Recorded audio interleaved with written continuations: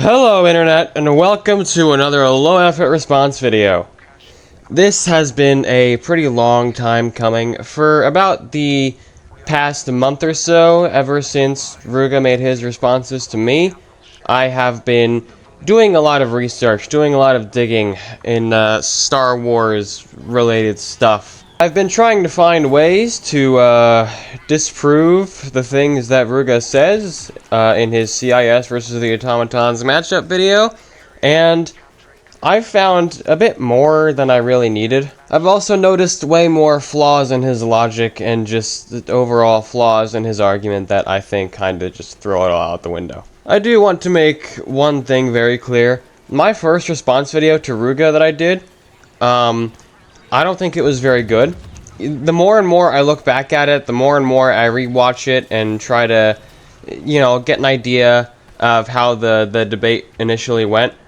I was trying a bit too hard to be nice, and because of that, I didn't really call out BS when I should have called out BS. I also didn't really know how to do all the best research. I didn't know where to find all the good, juicy sources and whatnot. I did do a lot of research for that video, but I just wasn't as good at it as I am now. That was, of course, my, second versus matchup video, where I actually did an in-depth, dive on certain things, and I did extensive research.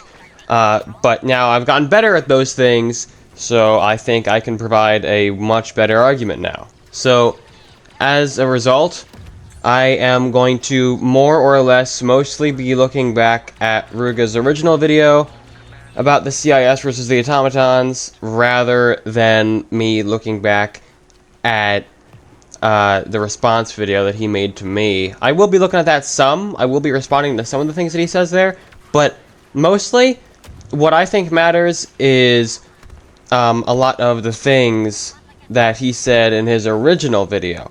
But what he said in his response, I don't think is as important because, yeah, he's right about a lot of things because I was wrong about a lot of things. I did not do the greatest job defending the droid army. I didn't do that. So I'm going to do a much better job at it now. I also want to clarify that not this, but these two response videos, the next one is coming out next week, but these two response videos are going to be the last response videos I make directed to Rouga. I have my own little laundry list of reasons for not wanting to respond to him anymore, but there is one big reason that I will go over, and it relates a lot to how he lays out his arguments and basically what his videos are for. So that one will come up a lot more. It'll be a much more of a talking point in my next video, but for right now, I don't think it's going to be that big of a talking point. I might mention it, but overall, I'm really going to get into it in my next video.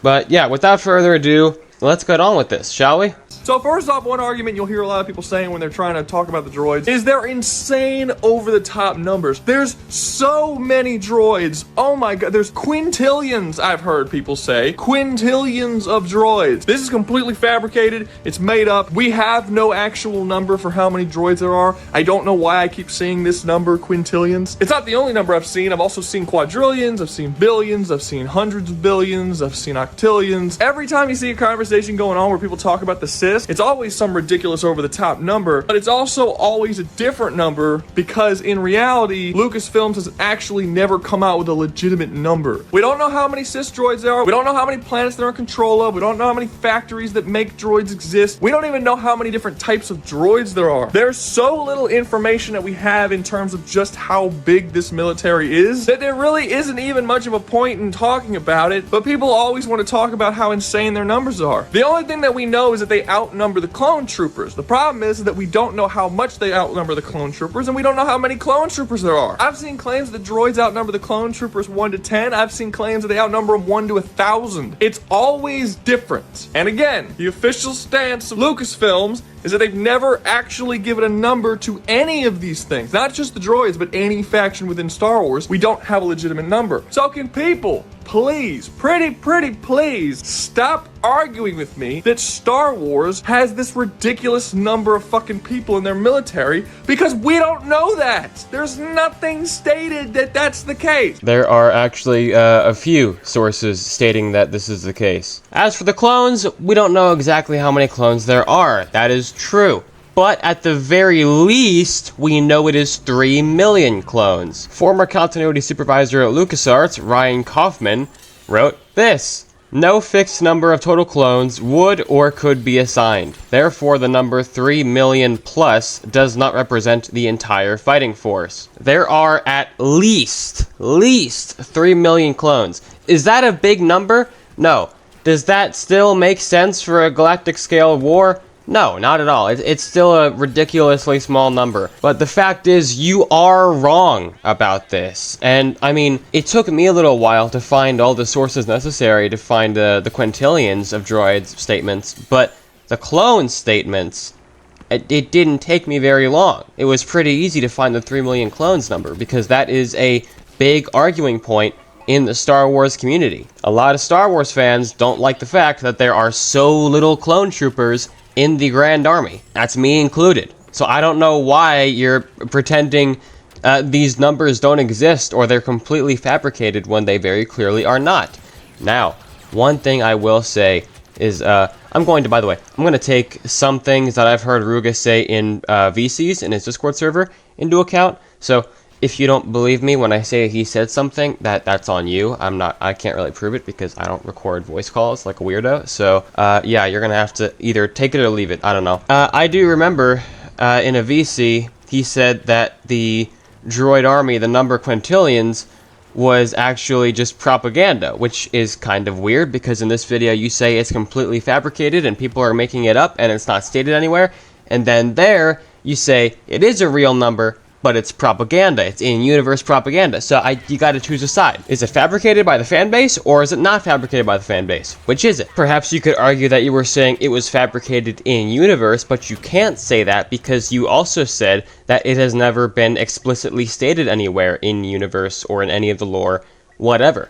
So you very clearly meant that it was fabricated by the fan base outside of the Star Wars universe. At the beginning of the CIS section of your video, you also just flat out say that a lot of Star Wars fans like to make stuff up about the CIS and what they can do. So either you misspoke horribly, or you are very clearly saying that the fans are making shit up and that this information doesn't exist anywhere within the universe. So I am not misconstruing the words you're saying. I'm fairly confident that I'm getting this right. And to be fair, this argument isn't like entirely unbelievable because there is some stuff in the lore that kind of makes some sense out of it. I mean, read this blurb of text. Look at the odd wording used for it. Now, as far as I'm aware, I'm not the biggest expert on Karen Travis when it comes to Star Wars lore, but this is all the result of one writer who seems to very much enjoy going to war with existing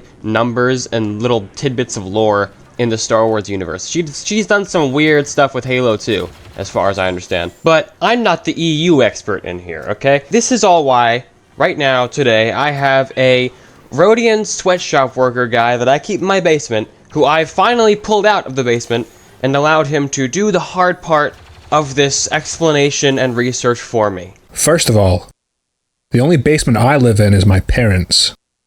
And no offense, Zilla, if you were my dad, I think you'd want to have a word with your wife. Richard! Oh, wow! Wow! Will Smith just smacked the shit out of me.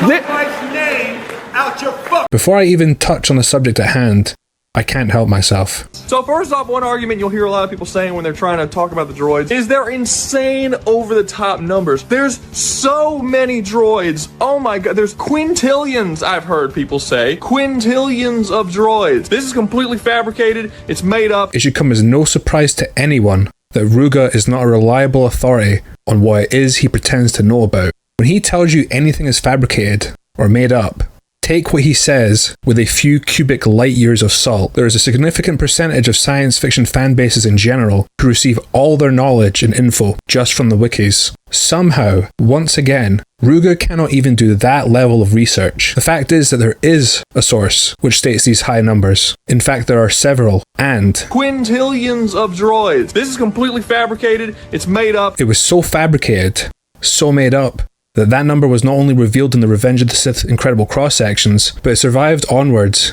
into the complete cross-section, the complete vehicles, and the prequel cross-section reprints unmolested. Small wonder why it survived every iteration of the cross-section series after it first appeared, before a certain bald Chilean got his unwashed hands on them if there was no legitimacy. Though she deserves her own video, Karen Travis somewhat famously engaged in name-calling drama with her own readers and critics when she went to war personally with these numbers. In fact, she wrote an entire short story aimed purely at debunking them, while simultaneously propping up the idea you can engage in a galactic scale war with 1 million men across hundreds or even thousands of planets. Less soldiers than the United States military alone employs right now. By her estimate, it would mean clone forces are on average fighting in battles with 600 to 6,000 men. But we aren't here to talk about clones. We are going to look briefly at two of the main quotations she introduces, and explore briefly the reasoning for why she says these numbers are not true, and see if that holds up with other EU sources. It's important to note that anytime she ever attacks these figures, that it's done from the perspective of a fallible,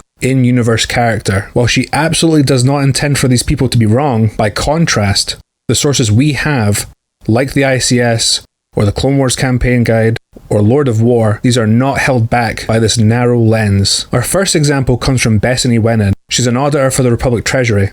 Her job is to follow the money and make sure the books are balanced. By her estimate, which seems to be off for the B1, it would mean that you would need at least 80 quadrillion tons of refined metal. Where on earth could we possibly get so much metal? Well, the Earth's core. It's estimated there could be 100 quintillion tons of iron ore in there alone. 1,000 times the mass we would need to make 2 quintillion B1s. But wait, that's ore, not the refined product. Well, today on Earth, the refinement process apparently leaves you with 40% of the mass at the end, which is still laughably more than what we would need. Durasteel is obviously a bit more elusive than a worthless metal in Star Wars like iron, but it's commonplace enough to fashion into easily accessible and worthless things like swords. But that tonnage is just what we have available to us on Earth. There's an entire solar system for us to draw upon from asteroids, planets and moons, if we had the technology. What does Star Wars have?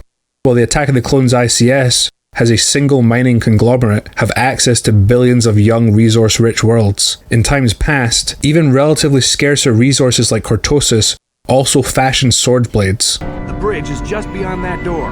You better equip your melee weapon. There isn't much room on the bridge, and it's suicide to use a blaster in close quarters. I should equip a melee weapon too. Either that or I'll have to stay back and use my blaster. Your melee weapon is made using a cortosis weave.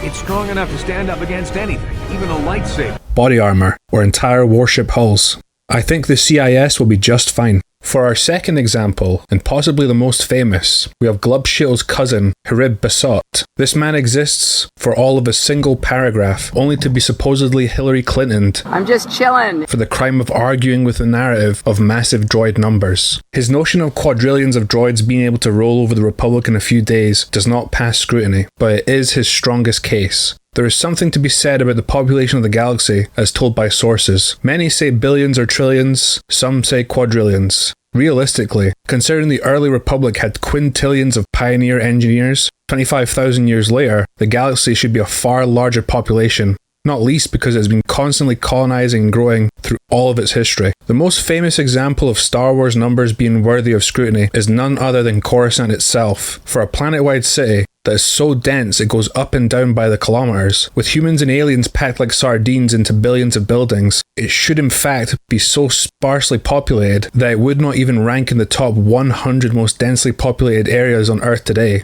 on average. If it really only has 1 or 2 trillion people, you're more accurately looking at a world that is in the quadrillions at least, and not least because it's been a planet-sized city for 90,000 years. And even in the Imperial era, it's still constantly growing, and it's so tall, every couple of years you have to move higher, or risk being lost in the shadows. So from that perspective, quadrillions of cheap battle droids would be on a 1-to-1 ratio at best with just the citizens of Coruscant were it to invade. That's the entire Separatist military versus one planet. As a matter of fact, I vaguely recall a statement saying that the CIS would not actually be able to conquer the planet with numbers. We aren't even really considering the fact that Coruscant goes more than 13 levels underground. Why?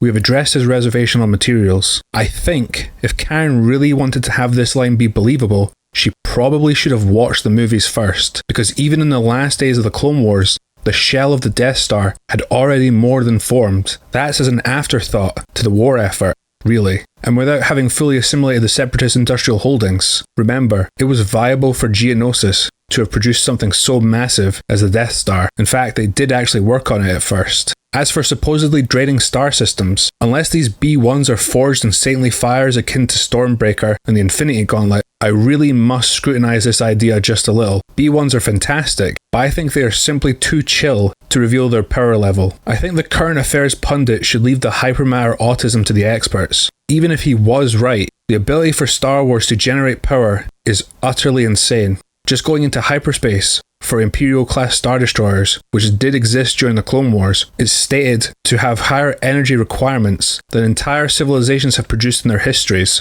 I'm not saying it won't be expensive, but power generation will be manageable. Before I give you back to Zilla, I'd just like to talk for a moment about Harib himself. For someone to talk about how the Republic is staffed by innumerate idiots, it would probably do well for him to use a consistent mathematical notation. He's using the American and British definitions interchangeably. His reasoning is wrong, his maths are wrong. Ironically, for all her warring against the numbers, Karen Travis is the one who supplies us with it being an in-universe fact that the Republic itself had reason to believe there could be septillions of droids. And regrettably, he died due to his poor judgment in glitterstim dealers. Me personally, I only procure and ingest when around a company of my peers, but considering he's wrong about everything else, it seems a fair assumption that Harib's cruel addiction clouded his judgment with regard to droid numbers. That's all I wanted to say. Okay, to be fair, I am kind of lying. We have one number that's given across the entire Star Wars universe, novels, and everything else. There's a single number. It's in Star Wars Episode 2, the Clone Wars movie, where that tall white bitch from Kamino basically tells Obi-Wan that there are 200,000 clone troopers ready to be deployed right now, and 1 million more on the way. Even if we're to come to the assumption that that 1 million more is prepared by the time the actual Clone Wars start and the clones go to war with the droids, that's still just 1.2 million. Do you really expect me or anyone to believe that the fucking cis droids have hundreds of billions or quintillions or quadrillions or whatever fucking bullshit made up number you come up with, and that the clone troopers can not only fight against them, but actually beat them more often than not, despite the fact they only have 1.2 million people? If you're saying yes, I don't think you know how big of a number 100 billion is. Honestly, I think it's a stretch to say that the droids would have 1 billion.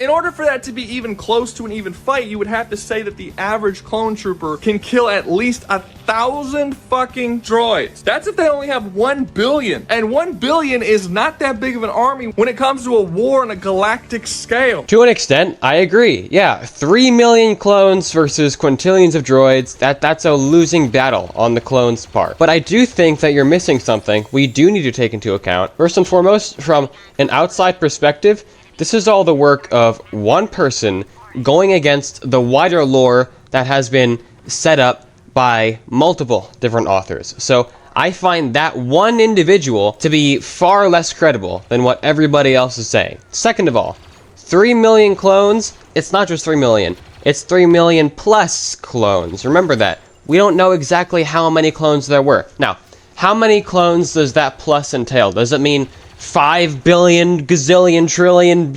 gorillion? I don't know. Does it mean 9 million? It could mean anything. So, for the moment, just for the moment, let's say 3 million clones, because that's the only, that's the highest number that we've been told. Those 3 million clones, as much as I disagree with this from a narrative perspective, according to the lore, those 3 million clones are not the only fighting force the Republic has. There are other planetary militias and armies that were used during the Clone Wars. The clones, as far as I'm aware, were only used during the important battles. Also, Palpatine was actively limiting and, in a way, putting the droid army on training wheels. We gotta remember, Palpatine orchestrated this whole war. He wanted the Republic to win so that he could reorganize it into the Galactic Empire. He didn't want the CIS to win. He didn't want them to have a chance at winning. So every time that they got an edge of some kind, every time they got some overpowered weapon, he did not want them to have it. Take the time he conveniently knew where the Cortosis droid factory was and decided to tell Anakin to go blow it up.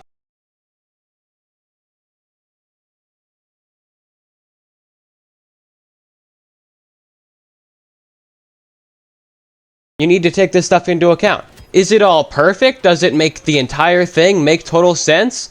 Not really, but it's something to go off of, and it's something that you just do not mention. You fail to mention any of this. I think Palpatine is an especially important factor to mention too, because why would the droid army be on training wheels? Why would they actively get held back during war if they're fighting an enemy like the Automatons? Let's say the Automatons invade the Star Wars universe.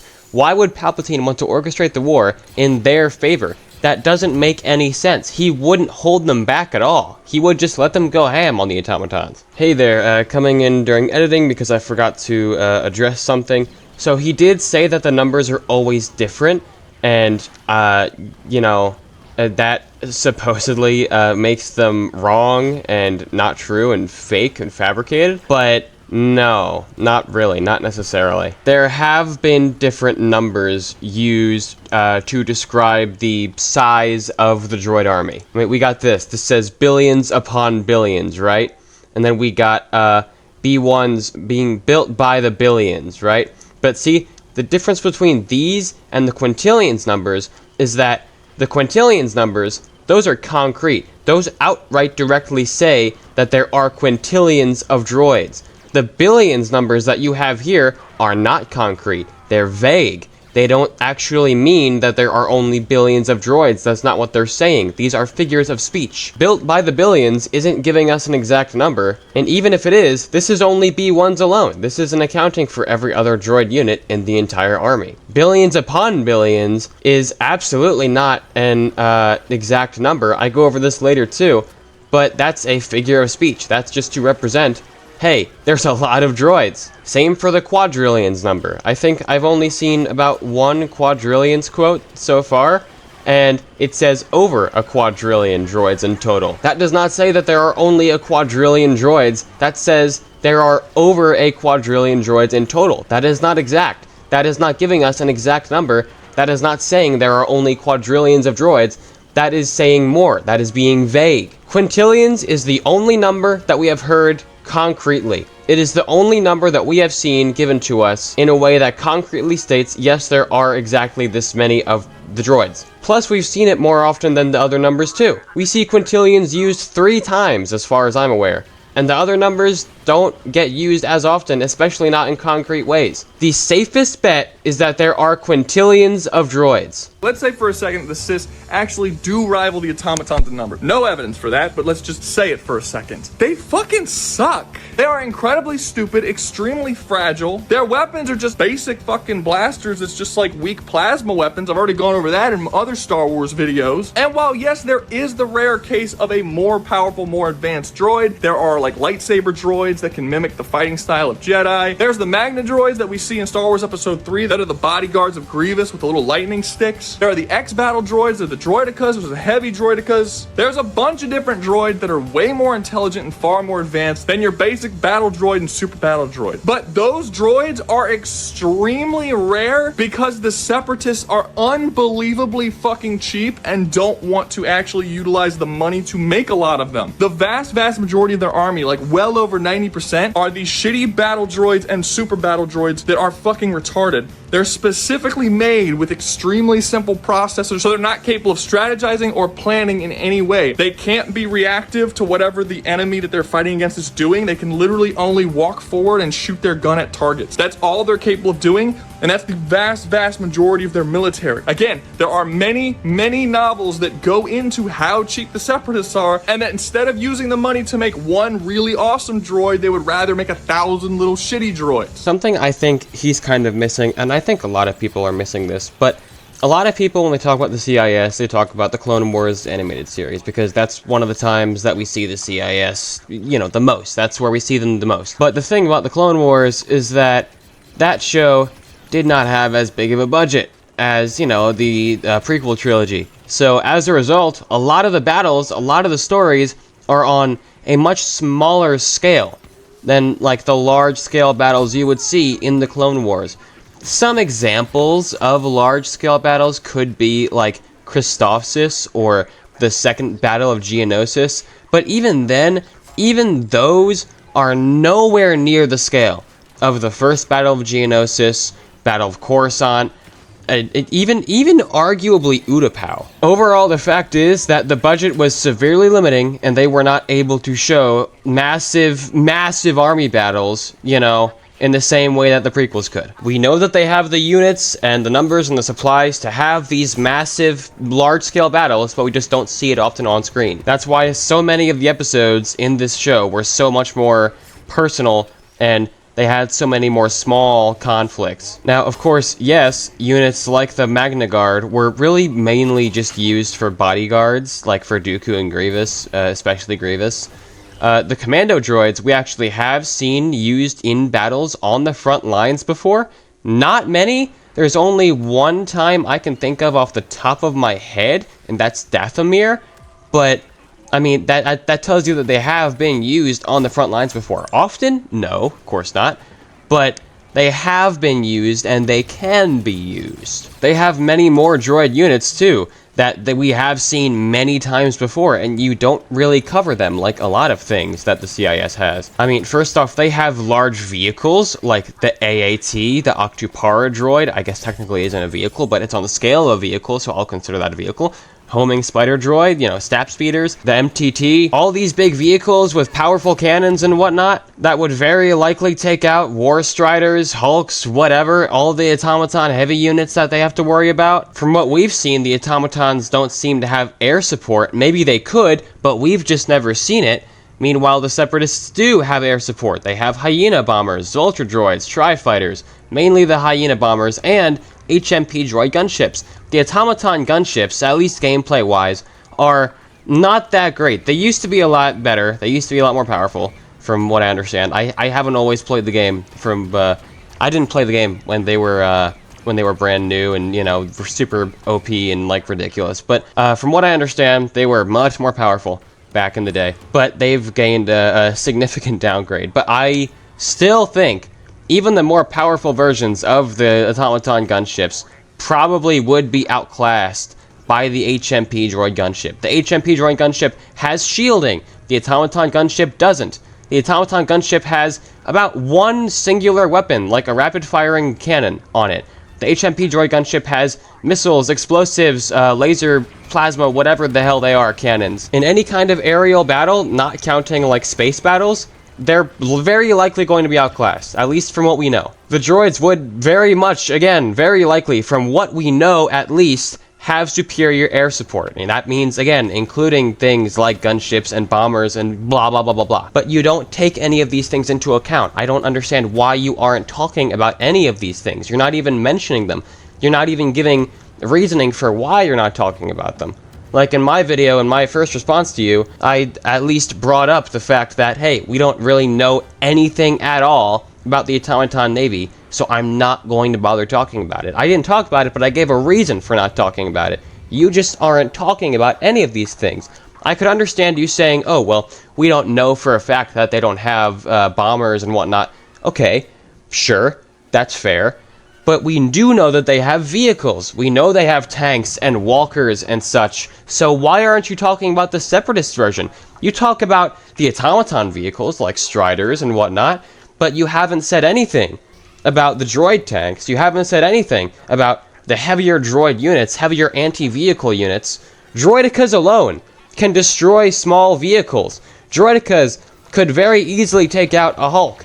Droidekas could very easily take out a tank, I would assume, as well. And a Strider, like the little simple one, not a War Strider not a War Strider or Factory Strider. I don't think they could do that. But, I mean, maybe they could damage a War Strider, because, you know, they've damaged other big walkers before. But, I mean, Overall, they could destroy some of the lighter vehicles that the automatons have with their simple little dual repeater cannons. Dwarf Spider Droid is the exact same way, can easily take out light vehicles. But you're not saying any of this. You're not mentioning any of these things. Most of the automaton vehicles that we see are taken out by, like, you know, a single rocket shot. Like a recoilless rifle, take that, boom, blow up an automaton vehicle like a tank or a Hulk, I guess, too.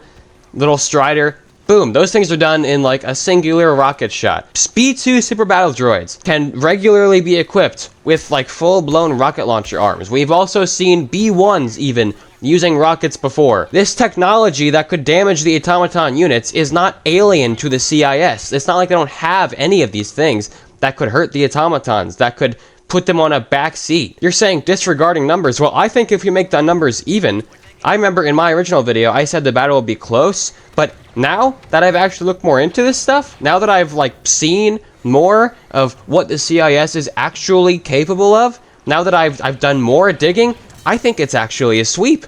I don't think it's very close. As for what you said about, you know, the droids are stupid, they can only walk in a straight line, they can't, you know, process anything more complicated than that. They, you know, automatons, you know, they're more intelligent, but the droids, they can't like dodge gunfire or anything.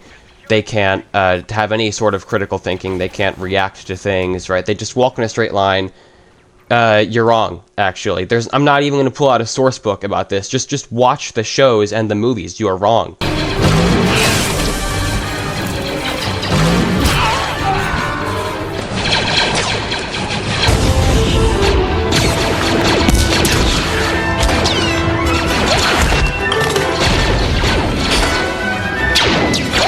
We don't have time for this, Captain.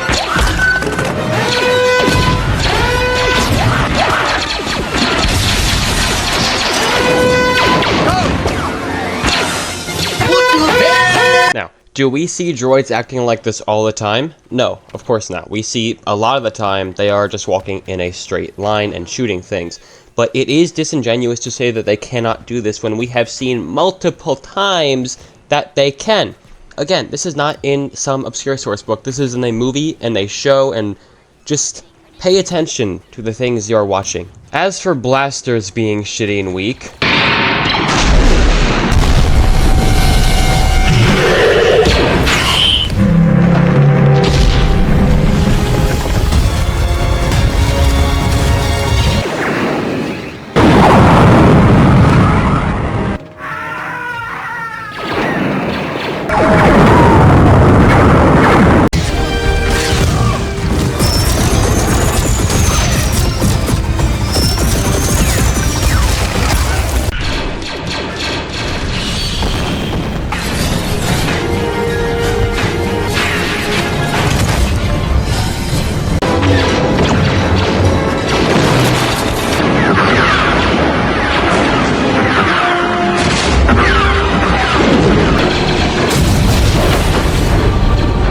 now, of course, for that last clip, in fairness, the blasters did take longer, because the clip is shortened. The blasters did take a bit longer to actually damage the vehicle to that extent. But my overall point is, with that last clip especially, is Rouga says something like a Hulk could take on like 1,000 B1 battle droids because it's just so much more durable and wouldn't be impacted, you know, by the blaster bolts. And the droids wouldn't be intelligent enough to aim for weak points, even though a tactical droid could just simply instruct them to do so. But very clearly, if they can destroy a juggernaut tank with overwhelming blaster fire over a long period of time, a Hulk automaton is not going to survive overwhelming amounts of blaster fire for an extended period of time. And you know what? Let's not forget, too, the weak point on a Hulk, the weak point on a Hulk's body, it's not some small, hard-to-hit thing like the eyes on a crab droid or something, right? It is the entire back. It's all the orange glowing stuff on the Hulk's back. Sure, do B1s have perfect aim? No, of course not, obviously. But are you seriously telling me that a large crowd of B1 droids, B2 droids, couldn't hit that big of a weak point target? When you look over to the automatons, even the basic bitch shittiest unit they have is actually intelligent and capable of planning and strategizing and moving out of the way of gunfire. That's something that battle droids aren't even capable of doing. And those shitty weaker droids do not make up 90% of their fucking military. They are a significantly smaller percentage. You are far more likely to run into a destroyer or a Hulk or something like this in the automaton military than you are to run into like a Magna droid or a fucking lightsaber droid in the droid army. I don't really think there's any debate to be had here. On the ground combat easily goes to the fucking automatons. It's not even close. Last time you and I went back and forth about the intelligence of automatons and why I don't think they're that intelligent. It more or less was down to me saying that they don't aim good. Their aim is bad, as I demonstrated with the gameplay in my previous video responding to you. And you said that we can't use that as an indicator because it's just gameplay, it's clearly just for gameplay. See, but here's my problem with saying that. The game is all we have. What else exactly do we have that states or really even implies that the automatons actually have great aim and they're extremely intelligent? You say that a sign of intelligence is them being able to move out of the way of gunfire. Okay, battle droids can do that too. So are battle droids still as stupid as you think they are? Or are they now smarter? I mean, like, because now you either have to say that the automatons aren't that smart, that they're just as dumb as B1s, or you have to now say that the B1s and automatons are both at like an equal level of somewhat, you know, basic intelligence. Nothing too crazy, but just basic. Because they're both capable of doing the exact same things, as I've just proven. I've just demonstrated and proven that. In the last Predator response video, you also said that, you know, you go off of what makes sense. But my problem with you saying something like that, oh, that's just gameplay, you can't use that, that's all we have to go off of. You can talk about how they move and whatnot, but, I mean, very clearly, they are not smarter than a B1 battle droid. They move and are capable of moving the exact same way. You can say, oh, the automatons have strategy, because I remember you saying that they could flank, right? I mean, they have some strategy, they do things, right? But in my personal opinion, their version of flanking is just another version of throwing brute force at the enemy. I mean, besides, how well is using berserkers to flank gonna work when you have a massive army of battle droids all marching at you? I really don't think it's gonna be as effective as it would be when you're fighting like, what, 4 Helldivers on a smaller battlefield? All things considered, I have a feeling that the droids and automatons would behave far more similarly than you think. Or hell, maybe the automatons would be fortified in like bunkers and whatnot everywhere. Okay, in that case, time for air support. Hyena bombers, droid gunships, blow them to hell. I also think it does make perfect sense, with implications based off what we know, for the automatons, even the heavier units like the Hulks and whatnot, to not be that intelligent. Because like you say, they are all mass-produced. The CIS were limited by money and industry during the Clone War. That's why they didn't, you know, make all their B1 battle droids super intelligent like commando droids and whatnot, right? They couldn't afford to do all that in time. When it comes to the automatons, I'm assuming they don't really have a financial problem, but I could say that their problem could be more so to do with resources, the amount of resources that they have at their disposal. Or even if they do have a lot of resources, why wouldn't they be interested in making their army a endless horde rather than a bunch of intelligent robots and automatons that would be more complicated and need more resources to produce? I think it would make a lot of sense for them to preserve their resources by essentially making all of their units mass producible and making them all very simplistic with their thought. They might not have very insane processing units, because why should they? They don't need to be. Look at every single enemy type in Helldivers. Look at every single faction that we have so far, aside from, I guess, Super Earth itself, because they're all just human soldiers. The Terminids aren't super intelligent. They're very animalistic. They're bugs, right? The Illuminate, 90% of their army that we've seen, at least so far, is just voteless mutant zombie things. They're all very low intelligence, pretty stupid. But that's the point of these militaries. The point of these militaries is to basically swarm and overwhelm the enemy. You don't need a super smart army when you have so many units. You don't need an army of commando droids when you have an endless wave of B1s and B2s at your disposal to throw at your enemy. it becomes overwhelming. That's the point of all these armies. They all are designed to overwhelm. I don't see any implication for the automatons not being the exact same way. Why would they need to worry about making all their units intelligent to an extent when all they have to do is throw a buttload of troopers and hulks and devastators at the enemies and just let them overwhelm them? I don't see why that doesn't make sense. The fact is, Helldivers is not like Halo. Halo is a video game series, but we have novels and source books on top of that to clarify certain lore tidbits. It makes it a whole lot easier for us to talk about, you know, whatever, power scaling versus matchup, survival challenges, whatever, when it comes to Halo, because we have so many more sources that really tell us things about this universe and how war is fought and how these factions operate, how powerful they are. When it comes to Helldivers, these games are all we have. So to limit our usage of these games, to say, oh, that's just gameplay, you can't use that, what else am I gonna use? Obviously, as you made very clear, I have come to agree with you after watching this video of yours. There are certain things we shouldn't use as use from gameplay. There are certain things that just wouldn't really make sense. I mean, like, yeah, I don't see why it would make sense for a Helldiver to survive getting crushed by a Hive Lord, that's true.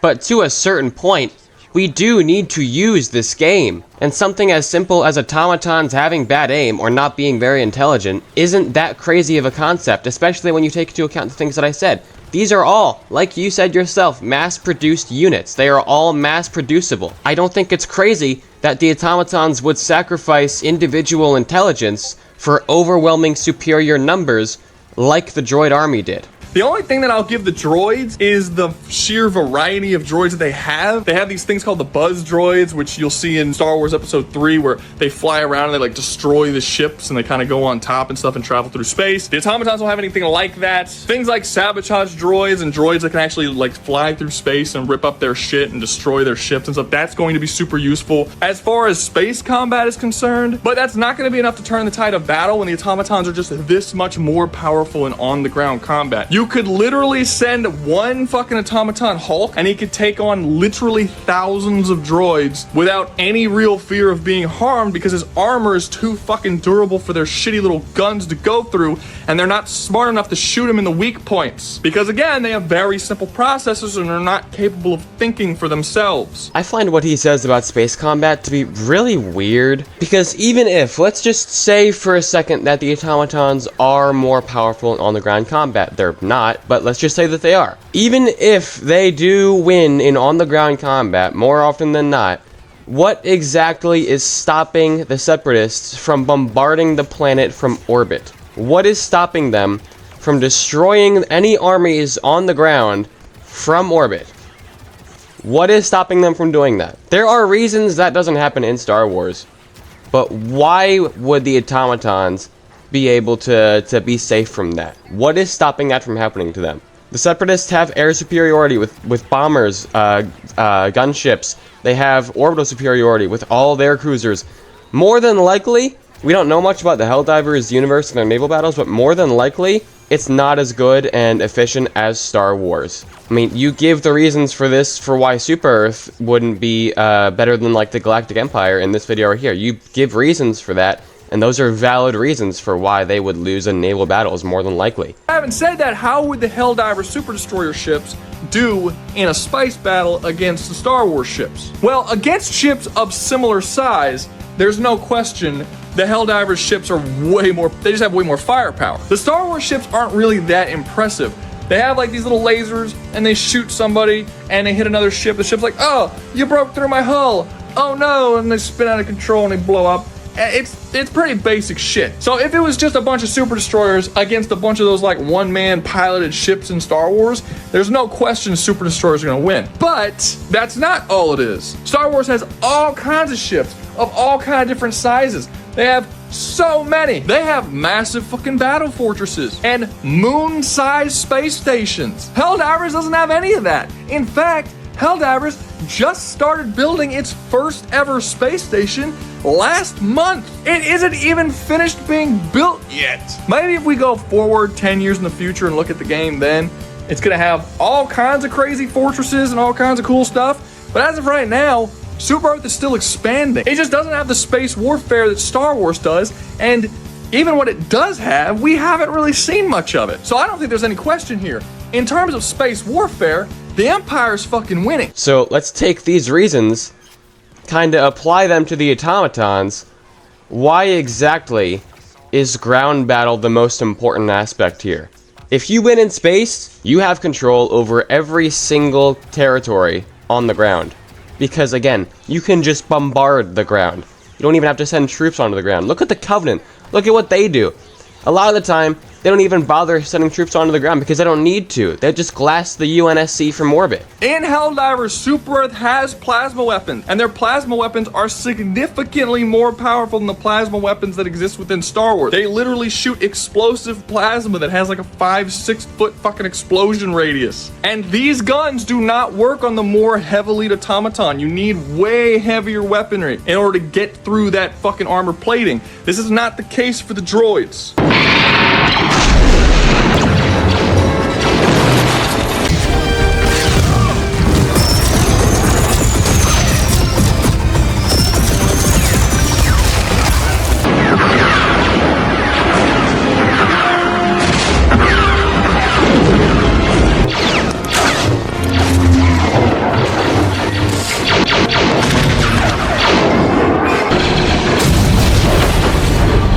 The droids are basically made of plastic. You could literally destroy a B-1 battle droid by just force pushing it on its back. And it can't get, if you knock it over, it can't stand up. It's done, it's out of commission. Something like this is more or less where the plot comes in. You can talk about bad showings and bad feats like that all day, but there are other good feats for B1 durability even that I could show you. I'm not saying B1s have like amazing durability, but they are better than you give them credit for in at least many other scenarios.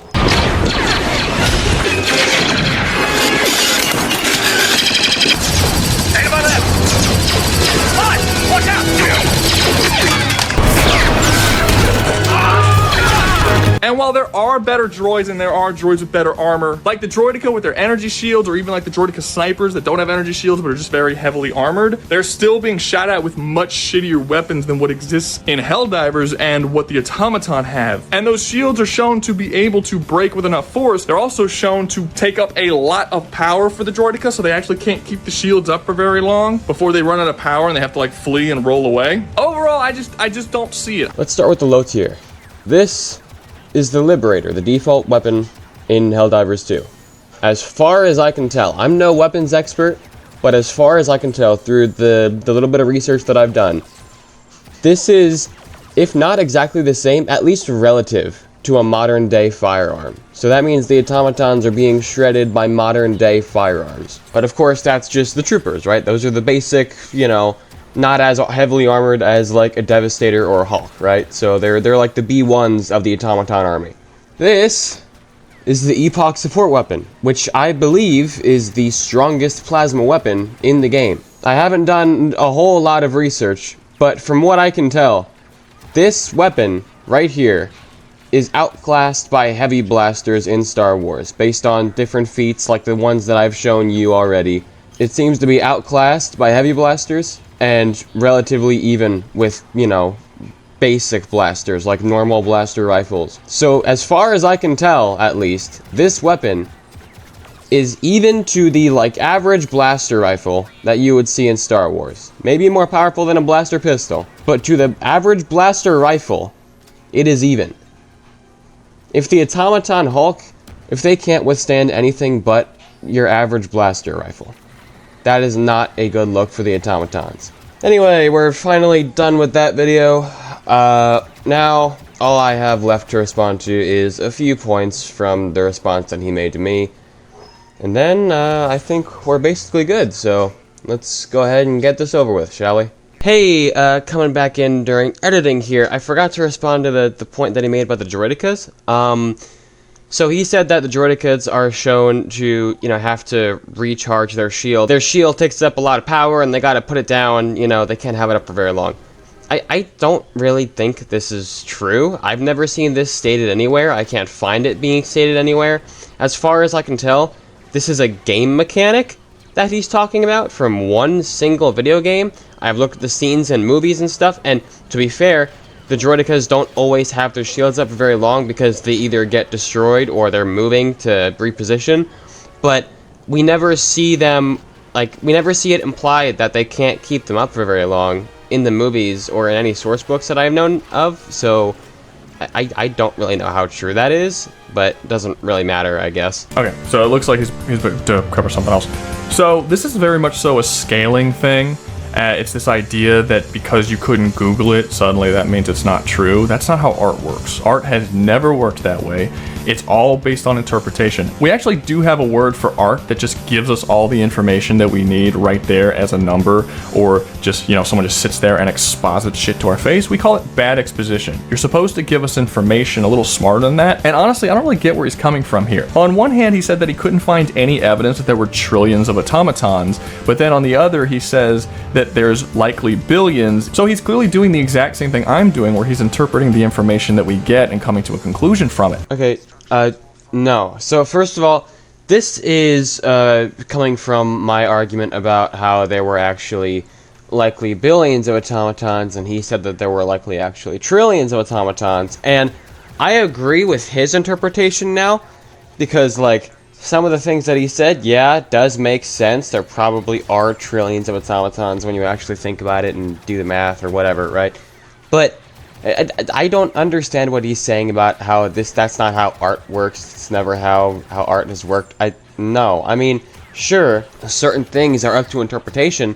A lot of it is up to interpretation. But simply having information available to people in forms like source books or, you know, essential guides, encyclopedias, whatever, that's not a bad thing. That doesn't make this bad art. Like, knowing the specifics of how something works or how powerful something is, how large something is, that doesn't take the value out of the art in any meaningful way. So I really don't understand what you're saying here. Maybe you find it less intriguing, but I mean, it's not exposition, it's world building. It's helping you get a better understanding of the world around you. Maybe you prefer things to be a bit more, you know, open-ended or mysterious, but that doesn't inherently make things bad art when they aren't that way. Plus, all these things that are found in different source books or whatnot, all of this is optional to engage with. You aren't being forced to engage with these specific numbers, so it's not like that hinders your enjoyment of the art. You can just choose not to engage with that side of things. So if you don't like it, why are you engaging in conversations that heavily involve it? Okay, let me touch on those two things. So he touched on the numbers, saying that the numbers of both armies were comparable. No, they're not. They're not even close to comparable. He specifically said that there are thousands of factories scattered across thousands of worlds. Cool. But the automatons literally turn entire planets into just big-ass factories. These little factories are scattered across the whole thing like fucking chicken pox. And no, factory worlds in Star Wars are not the same thing. I've heard this argument before. Factory worlds are merchant and industrial planets that just happen to have droid factories on them. They're not just one planet-sized factory that does nothing but pump out droids. The entirety of automaton space, who knows how many worlds are there, because again, the map is a representation of the galaxy, not literal. They very easily outnumber the amount of battle droids, just in terms of how many factories they have. I mean, think about how many factories you yourself has exploded while playing this game. I think me single-handedly by myself have destroyed more than 1,000 fucking factories that the automatons have. Not to mention, we do actually get numbers of how many droids there are. In the Clone Wars movie, it is specifically stated that there is 1.2 million units of clones. And in the Clone Wars TV show, they say that there's 100 droids for every clone. That's 120 million droids. Now, is it possible that they grow from there and by the end of the war there's far more droids than that? Of course there is. But the war only lasts 4 years. How many droids did they make in that 4 years? The current galactic war has been going on for over a year, but they have significantly more factories as they have tons and tons and tons of whole planets that are devoted to making them. The only number we get in the entirety of Star Wars fiction for how many droids there are is just over 1/10 of the automatons that have died in the last next year. The only number we get, the only number we get, the only number we get, the only number we get, the only number we get, the only number we get, the only number we get, the only number we get, the only number we get in the entirety of Star Wars fiction. That does not include the full army of the Automatons. The numbers in Star Wars, while I do think is dumb, is very, very low. It's in the millions to tens of millions to hundreds of millions. But it should also be noted that literally nowhere in the entirety of the canon or Legends does it ever say the exact number of factories or planets. So the thousands of factories across thousands of worlds is an estimation at best. I mean, shit, in canon, when the Geonosis Prime Foundry was destroyed, the Separatists had to like hurry up and get all their shit together and start producing a bunch more factories because they literally lost the ability to create droids for a little bit. This happened after the Clone Wars started, which means when the Clone Wars started, the Separatists couldn't make any more droids. They had to only then start production on more droids. So we know for a 100% fact based on canon that right when the war started, they didn't have thousands of factories across thousands of worlds. Even if they did eventually acquire that, they acquired it way later. Unless you want to say they built all these factories in a couple of days, which might be the biggest leap in logic that's been made so far. He states in this video multiple times that their numbers are comparable, but the evidence isn't there at all. He doesn't give the evidence that they're there. Thousands of factories on thousands of worlds is not evidence. Not even close. It doesn't in any way compare to what the Automatons have in their factories. If I use the same logic that most Star Wars fans use, there wouldn't even be a conversation to be had here. Let's be clear, we have flimsy evidence that this is even the case in the first place, but if you have thousands of factories on thousands of worlds, you're talking about several million factories. There are way more than several million factories on a single automaton planet, like considerably more. Every time you land on the planet, you have a 1 kilometer wide area that you can explore, and there's at bare minimum 5 fabricators there, up to 9. I think I might have seen above 9 once, but even if you lowball it and say 5, and assume that the rest of the planet looks like that, which everything that we've seen says that that is indeed the case, no matter where you land, no matter where you look, there's always fabricators within walking distance, and you assume the planet is a similar size to Earth, that gives you, what, 500 million square kilometers? It's like 2.5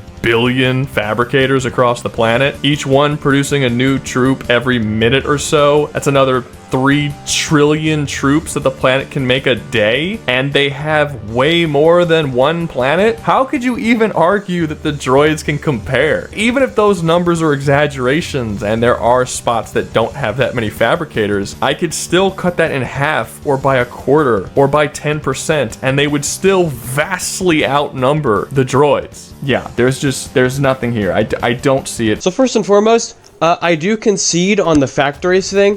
Thousands of factories across thousands of worlds. I think at the time when I was researching, I mistook that. I think that was like a fan calc or estimation, like you said, or something.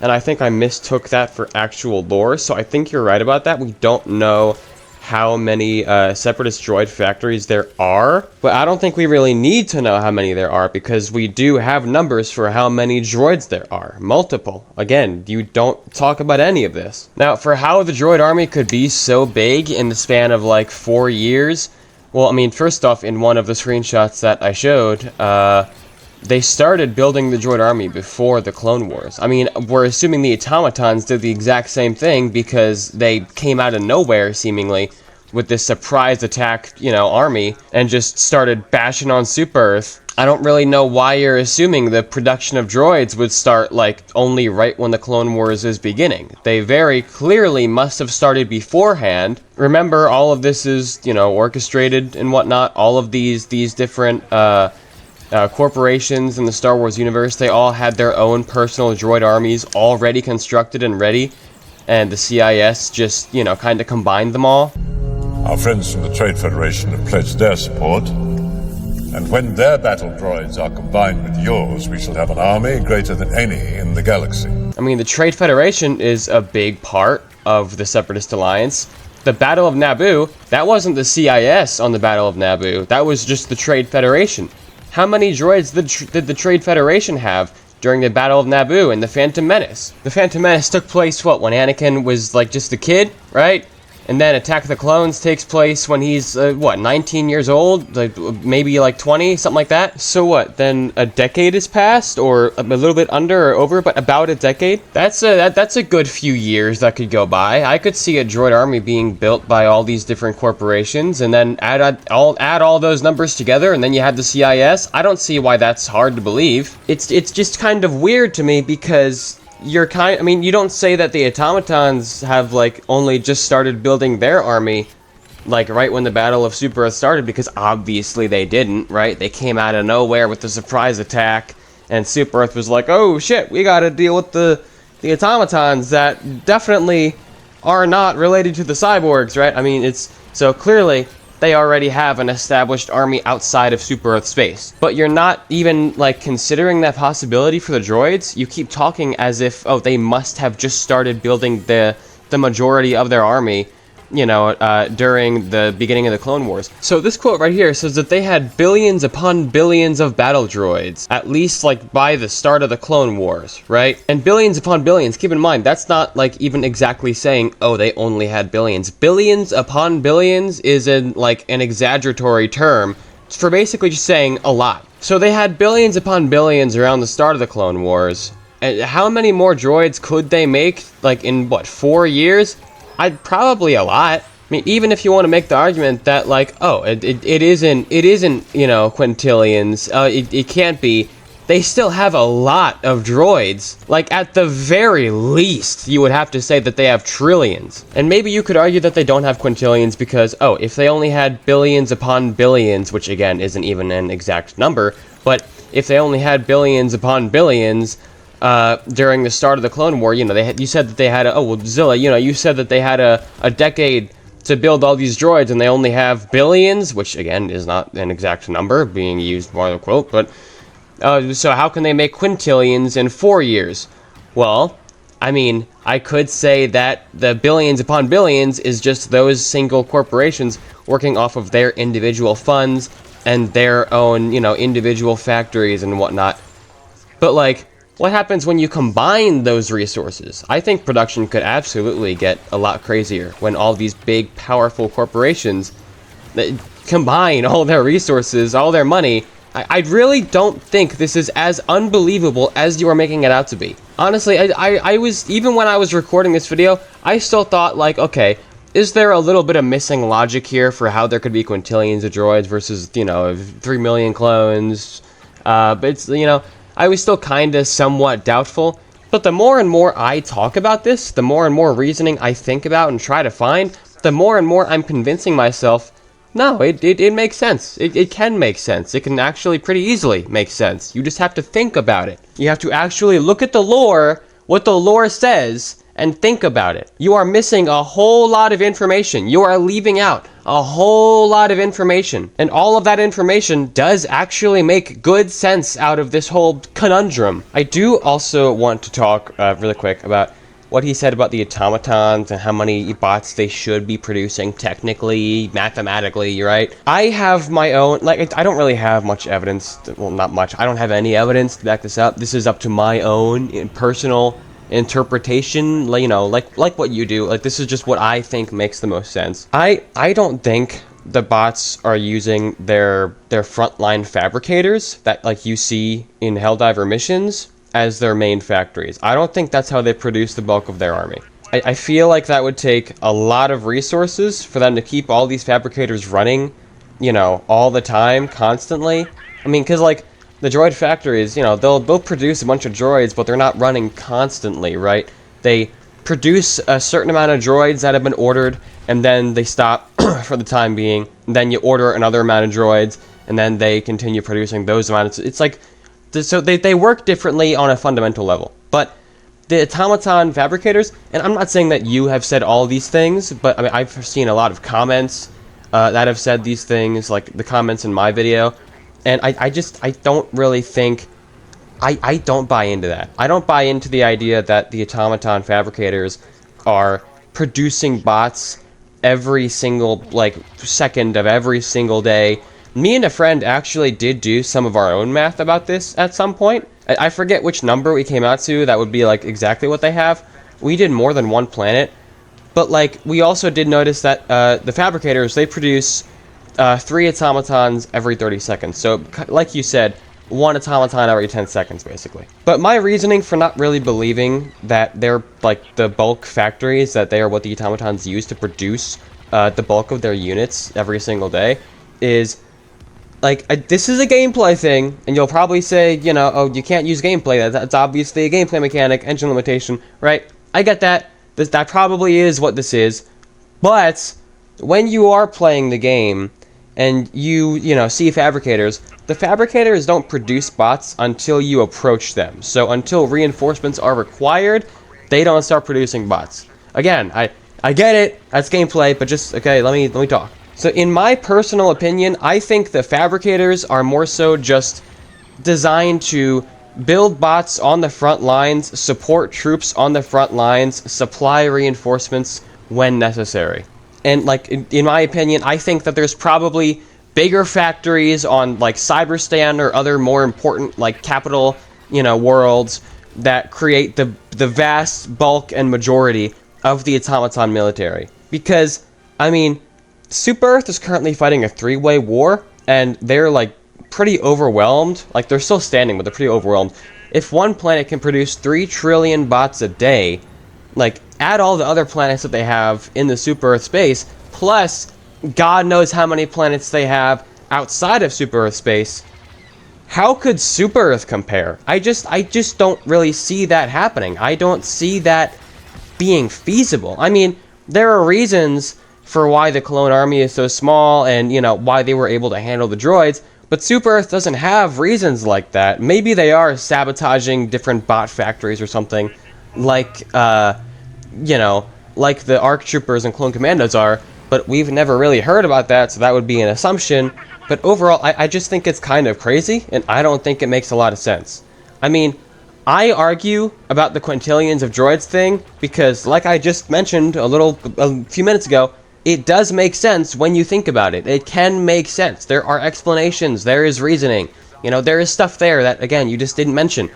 But for the automatons having this many, I don't see the reasoning behind it. I don't get it. I don't understand. I don't think it's really there. Maybe it is. Maybe somebody could, like, clear it up for me, but I just don't really see it. In a large-scale battle between the CIS and the Automatons, you're going to have the CIS having 99.9% B1 battle droids, super battle droids, and some droidicas here and there. And on the Automaton side, they're going to have literally their entire military force with all kinds of shit. You're going to see tons and tons and tons of factory striders just showing up and blowing the living shit out of all the B1 battle droids. You're going to see Automatons like Devastators, Hulks, tanks, War Striders at a far greater rate than you would on the Separatist side of things. How do we know this? Because if you've ever played Super Helldive, you see that there's like 10 factory striders that they send after 4 fucking dudes. You're telling me that if there's this massive army invading the planet, they're only gonna send out the absolute shittiest units? The Separatists literally have to, because they don't have the numbers for those more advanced units. Quintillions of droids is the most used number in, like, the most concrete sense. We have been told that there are directly quintillions of battle droids more times, at least to my knowledge, more times than we have seen any other number being used. Any other number. Quintillions of battle droids is the most likely option for how many battle droids there are. This includes every single unit. Obviously, the majority is B1s, B2s, droidicas, the less expensive, more basic units, right?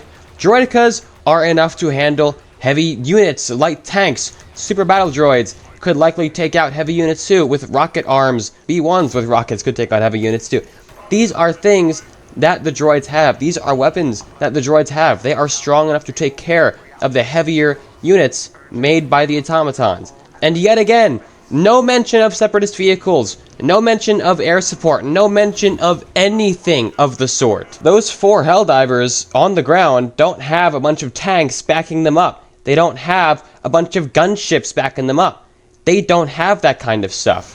What about the droids? They're going to have gunships, tanks, carriers, all that kind of stuff backing them up. And if there is a ground battle that they can't handle, why? Again, why couldn't they just bombard the battlefield from the sky?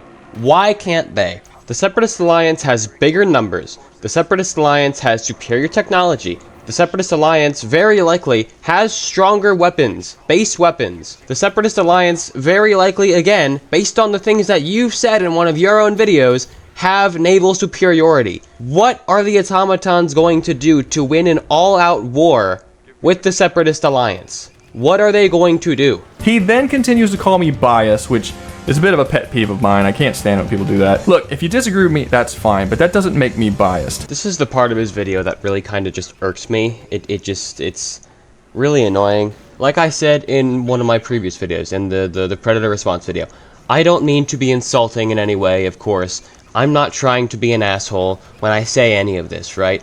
So, like, don't take it personally. I don't know you personally. I don't really, like, I don't care, okay? I'm having a discussion with some dude I've never met, you know, online about Star Wars and Helldivers, okay? It's not that deep. I'm not trying to be insulting, never have been. So, again, never take it that way. But I absolutely do think that there is bias within this video. Maybe you don't even realize it, I don't know, but I fully believe that you absolutely do have a bias for the Automatons in this specific video. I swear sometimes it feels like you actively avoid talking about the wider parts of a conflict like this. Like, again, you never actually touch on vehicles. You never actually touch on certain things like that. You never touch on air superiority. For a moment you do touch on space battles, but that's about it. There are so many things that you ignore. There are so many things that you say that are just, like, blatantly, objectively false. I think that is a sign of bias. I am just being entirely honest with you right now. I think I've had biases in my videos too. Of course, I'm never going to accuse somebody else of being biased without acknowledging the fact that I've had my own biases. You know what? I think, actually, my own original response video did have some light bias too, because I was a little too quick to take certain things that I found online. Like, for example, again, I mistook the thousands of factories for across thousands of worlds for an official source, when that's likely not an official source and probably some kind of fan calculation or estimation, like you said. I think that part of my video is a result of bias. I was too quick to take information that I wasn't totally sure about verifying. We all have our biases with certain things. All of us do. I do. I have biases. You have biases. I think this video of yours is showing some bias. I'm not saying you're being entirely dishonest throughout the video. I'm not calling you a bum, but I think there is very clear bias within this video with certain points you make, because you actively avoid talking about certain things that would give the Separatists the edge. And I know that you've mentioned before in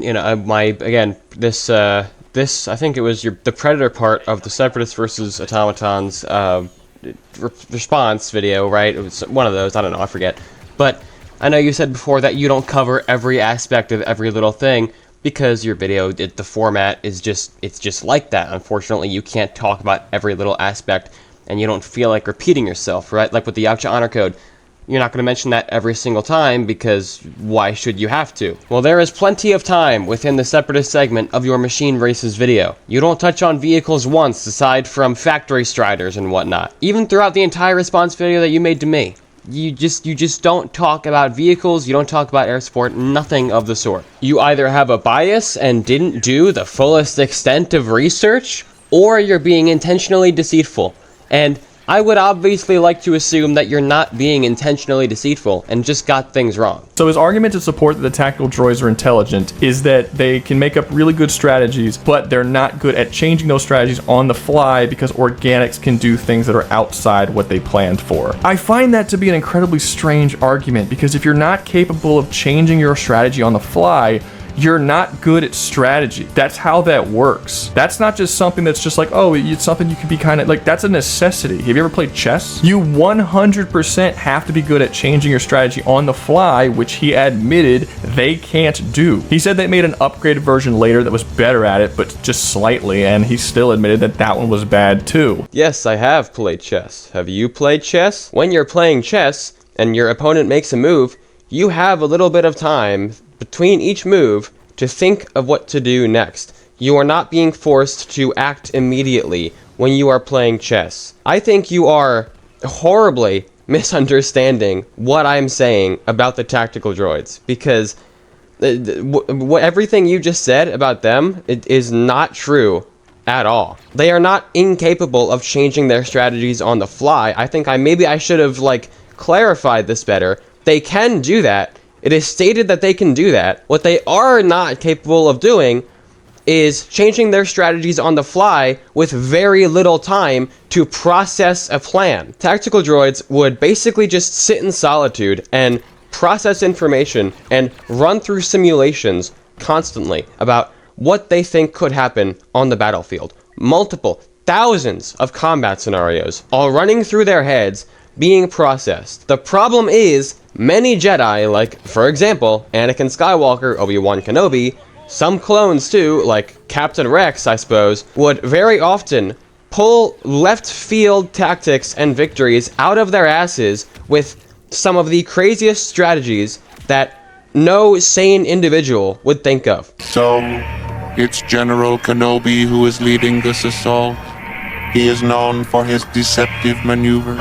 Like, I mean, they probably don't have the Geneva Convention in Star Wars, but I mean, you know, these people, these characters would, like, casually commit war crimes, basically, in every other episode of Star Wars: The Clone Wars. You know what I'm saying? If a tactical droid is separated from the wider battlefield and operating and directing the droid army from afar, and the automatons pull something out of their asses and, tactical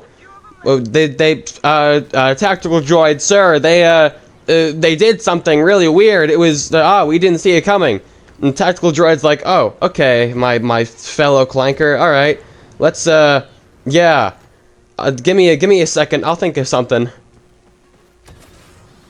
Oh, okay, cool, alright, I got it, here's your plan. You know, that's the kind of thing that'll happen on the battlefield. Because when a tactical droid is operating a wider battlefield, they have more time to actually process a new plan. Like a lot of, you know, actual human strategists, too. The problem with the tactical droids is not that they can't come up with a new plan if their current plan isn't working. No, we see them do that a lot, actually, in the show. They will think of countermeasures and even have countermeasures prepared if their plan A isn't working. Tactical droids would 100% be able to deal with the incredibly simplistic tactics of the automatons. The automatons are not creative enough to completely sideswipe the tactical droids and their line of thinking out of nowhere, just out of the blue. The tactical droids would be able to counter the automatons very easily. The automatons 100% have a far larger army. Their army, while not as varied, they have more of that variation than the separatists do,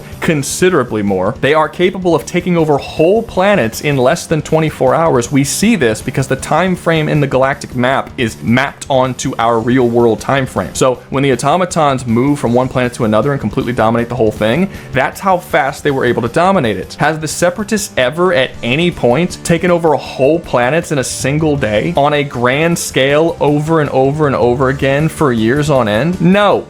They don't do that. They don't have the forces to do that. Well, let's finish off the video and I'll kind of give my final thoughts. First and foremost, is this something that is confirmed to be canon or no? Or is this just something that you think makes sense and seems realistic enough and are therefore saying it's probably canon? I'm going to assume it's canon just for the sake of argument, because it doesn't really matter much either way. This isn't as big of a deal as you make it out to be. Because if you think that the automatons taking over an entire planet in 24 hours is more believable than them not being able to have great aim because of mass-producible processing units or something, I don't really know what to say to that. I could be misremembering on this one, because it's been a while since I've heard you say this, and this isn't really something that I've, you know, committed to memory, but I believe I remember you claiming in a VC in your Discord server once that you don't believe that Super Earth is actually outnumbered by any of the enemy factions. You think that they have, you know, all the numbers to really sustain this, and that they're not necessarily outnumbered by any of them. Again, I could be wrong on that. I don't really remember too much. I don't know.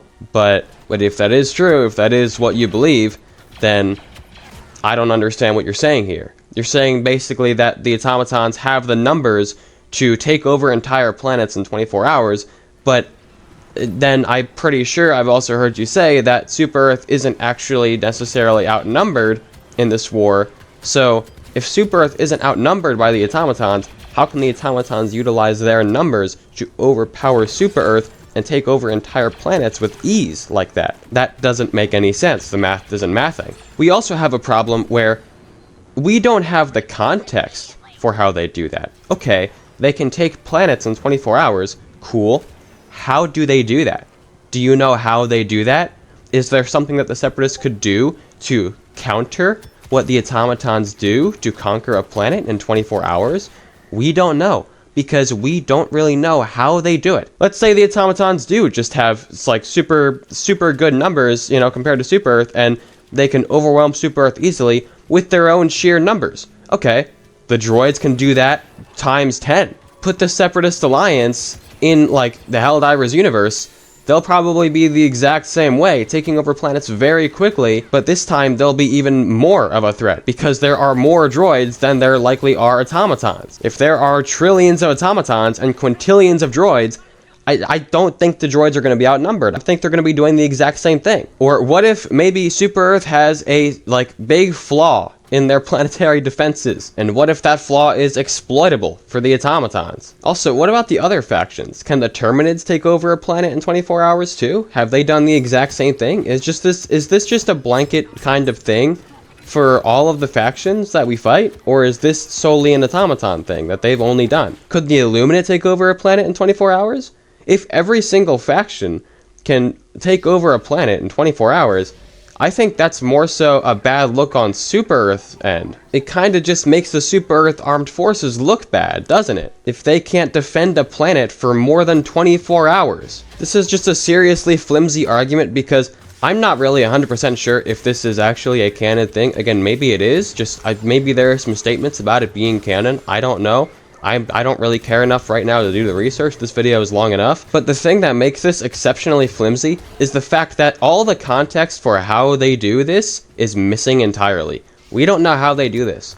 We don't know if there is an easy way that the Separatists could counter the Automatons being able to do this. Their sheer numbers should counter the Automatons being able to do this. But we don't know from a strategic level if there is a certain thing that the Automatons do that completely sideswipes Super Earth and just takes them off their feet. We don't know how they do this, so it's not a very good argument to say that they can just do it, because we don't know how. We know this just by seeing how the automatons constantly adapt to Super Earth. We didn't originally have the Fire Brigade. They came out later as an answer to Super Earth. They constantly come out with new units and new types, and they adapt just like all of the other factions in Helldivers. All of them constantly adapt to what their enemies do. That's something that the droids aren't capable of doing. They're going to lose. I think this is just very, very easily his worst argument out of everything we've looked at today. First and foremost, I wouldn't call the automatons incredibly adaptable. I don't think they adapt constantly. First off, since the game has been out, since the automatons have been a threat, they've come up with a little handful of things, right? I mean,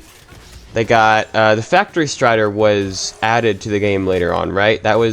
I think that was a newer thing that was added later on, I believe. The War Strider is definitely one. Those are two vehicles that they came out with after the war had already started. The Incineration Corpse, yes, like you said, is another thing that came out after the war had already started. So yes, of course, obviously the automatons are capable of creating new things, being a little innovative, you know, making new vehicles, machines, branches of their military, to assist in their hope for victory against Super Earth. I don't think I would necessarily call that adapting, though. Let me explain what I think the difference is. The Cybermen are extremely adaptable, because everything that they do is meant as a direct counter to a strength that their enemy has, or it's to completely stomp out a weakness that they had. Adapting is finding a flaw in your own design, or finding a strength in somebody else's design, and building to counter that. As far as I can remember,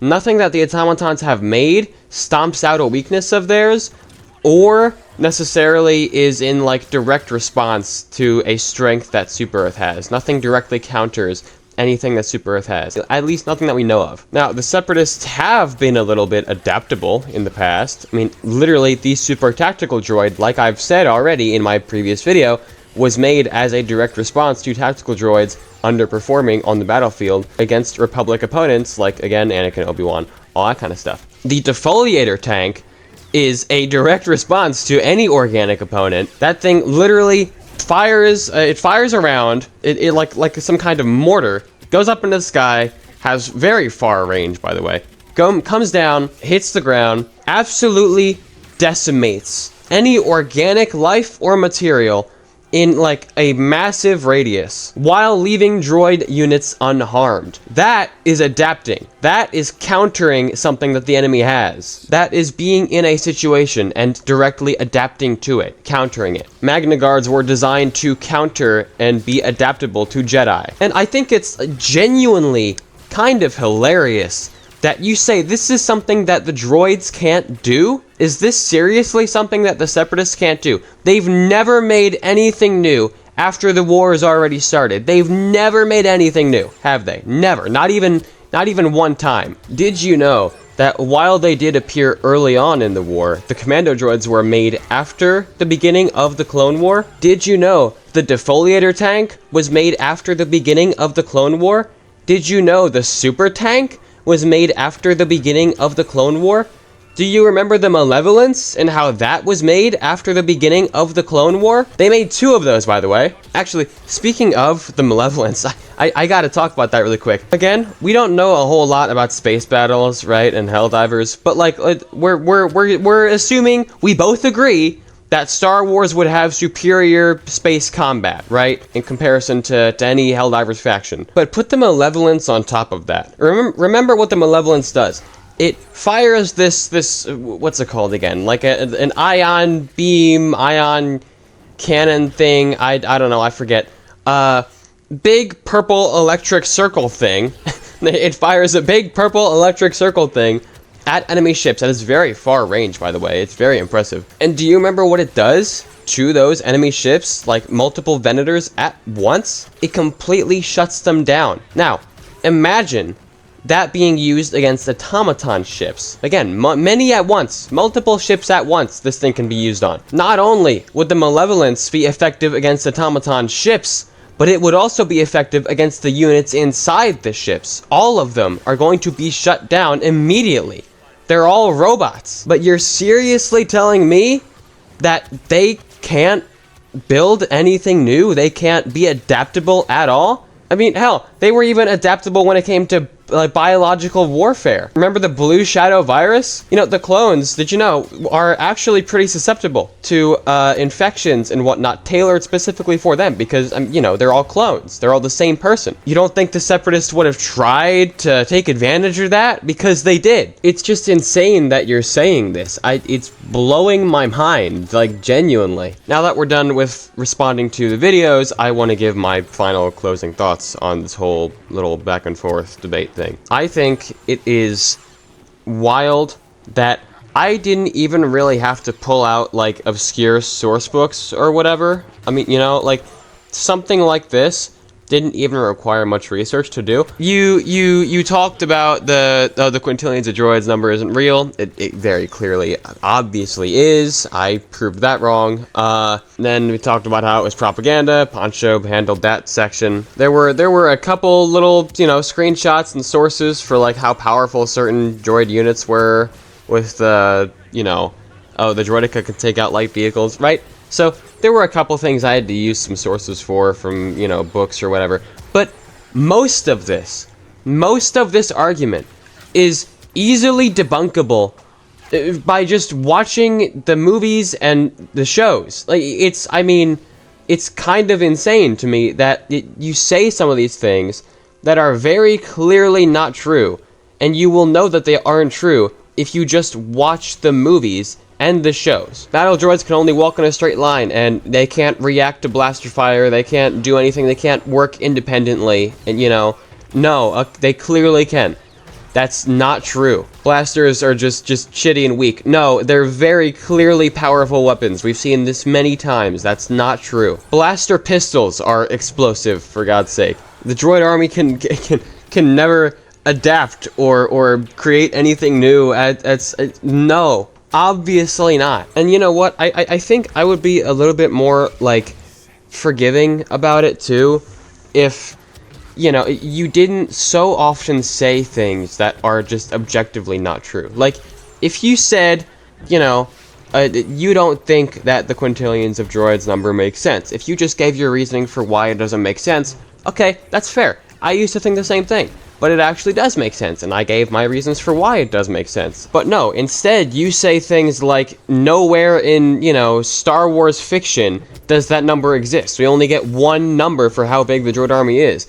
And that isn't even anything concrete. It's the number that you use for how big the droid army is so flimsy, I don't understand why you stick to that one so strongly. I mean, not only do you base it all off of the 1.2 million clones number, which is at the very beginning of the war, but to be fair, you did say that the droids could grow from there, so okay, fine.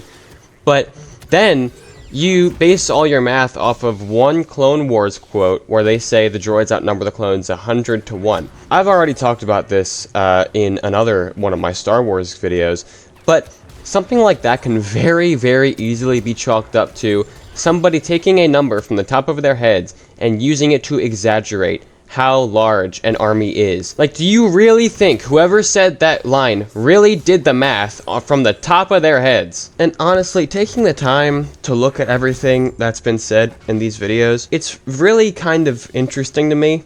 Like, all the things that you said after responding to what I said about the Predator thing, you know, at the very beginning of this video, you basically said, you know, don't go into this conversation assuming that you know more than the person that you're debating, right? Which, yeah, that's fair. That is true. You say, you know, assume that, you know, I know what I'm talking about, that you know what you're talking about, right? That we both know what we're talking about. But when it comes to this conversation, at least specifically, I don't see why I should do that when things that you say are just objectively wrong and are, like, easily proven wrong. Don't tell people to take you seriously when you are constantly proving that you don't know what you're talking about. In my opinion, this is just bad faith arguing, and that's one of the reasons I'm not interested in responding to any more of Rouga's videos after this and the next video. But we will get more into that next week when we talk about Predator versus Helldivers and go into a bit more detail about how Rouga Rabid is a master rage baiter. But if you enjoyed this long video, much longer than I thought it would be, go ahead, like, subscribe. Go subscribe to Poncho too, by the way. Watch some more of his videos. He does a lot of research. He has a lot of notes taken down. And I think, like, just kind of by default, somebody who puts that much effort into their videos does deserve some more support. So go show him some support. But until next week, have a good one.